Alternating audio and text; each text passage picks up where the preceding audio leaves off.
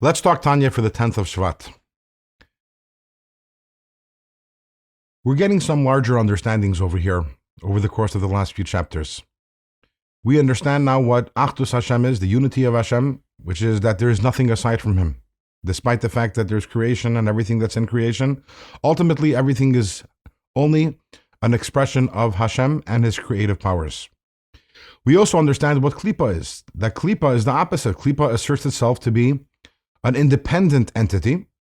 And as we explained yesterday, the reason why Klipa does so is because it is sourced in Achurayim Deratzen, the backside of God's will.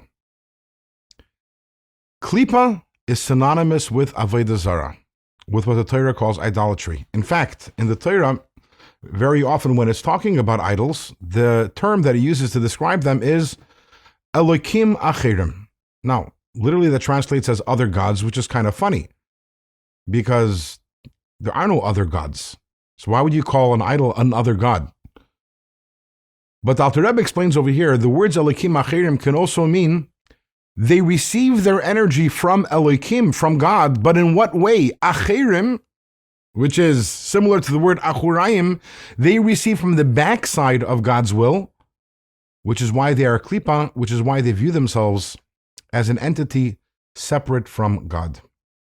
What is the essence of idolatry? The essence of idolatry is believing or holding that there's anything in this world other than God that has any significance or independent authority or power whatsoever.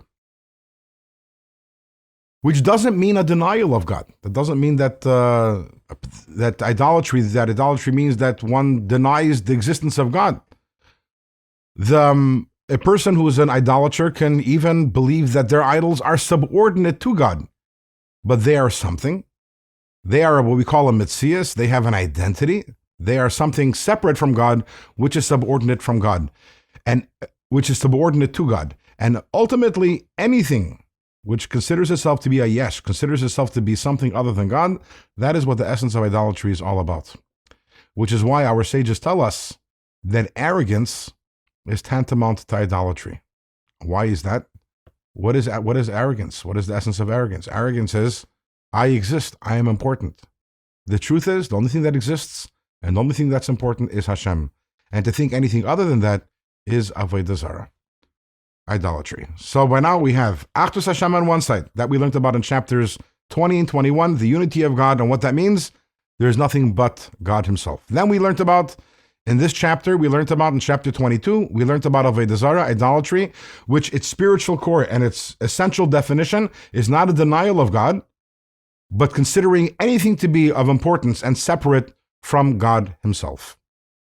What we're going to find out now in the next two chapters is that every single mitzvah is an expression of Achdus Hashem, of the unity of God. That's going to be chapter 23. And then in chapter 24, we're going to find out how every single avera, every single sin is essentially an expression of Avodah Zarah, of idolatry.